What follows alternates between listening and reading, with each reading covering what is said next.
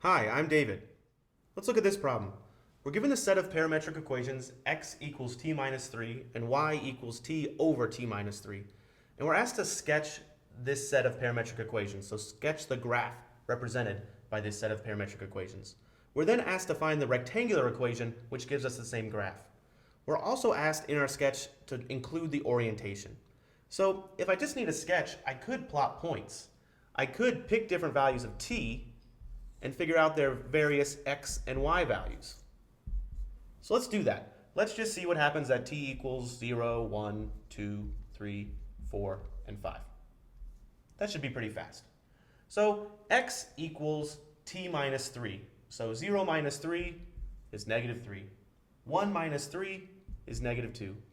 2 minus 3 is negative 1. And you can see they're just increasing by 1 every time. 3 minus 3 is 0, 1, and 2. So my x values for t equals 0 through 5 on the integers is x equals negative 3 through 2 on the integers. Let's figure out the y values. Well, if t equals 0, I have 0 over negative 3. That's just 0. If t equals 1, I have 1 over 1 minus 3. That's negative 1/2. If t equals 2, I have 2 over 2 minus 3. That's 2 over negative 1, or negative 2. If t equals 3, I have 3 over 0. Well, that's kind of weird. That's undefined. So something strange is happening at t equals 3 and x equals 0. Okay, well, let's keep on going. At t equals 4, I have 4 over 4 minus 3. That's 4 over 1, which is just 4. And at t equals 5, I have 5 over 5 minus 3. That's 5/2. So let's plot these real fast on our graph. Negative 3, 0 would be right about here.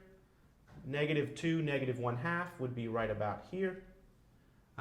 Negative 1, negative 2 would be right about here. And something strange is going on at x equals 0. Next, I've got 1, 4. So that's right about here. And I've got 2 5/2. 5/2 is just above 4/2. So it's right about here.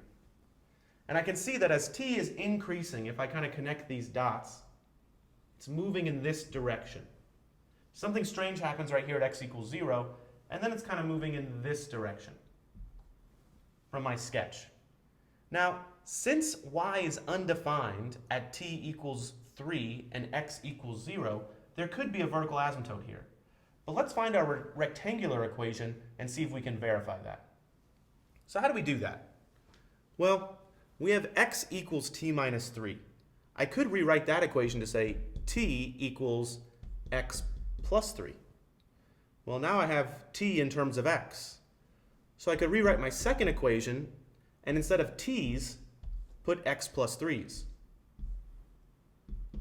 So my original equation said y equals t over t minus 3, but I know t is the same as x plus 3. So I'll just put an x plus 3 in there. Well, then I have y equals x plus 3 over x. And that's my rectangular equation. Well, this equation tells us a lot about the graph. First of all, it definitely has a vertical asymptote at x equals 0. So it makes sense that this is kind of shooting down toward negative infinity there, and then toward positive infinity as x approaches 0 from the right.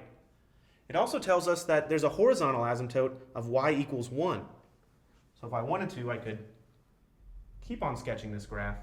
I know that it's got a horizontal asymptote, so it looks something like that. And the orientation is from left to right.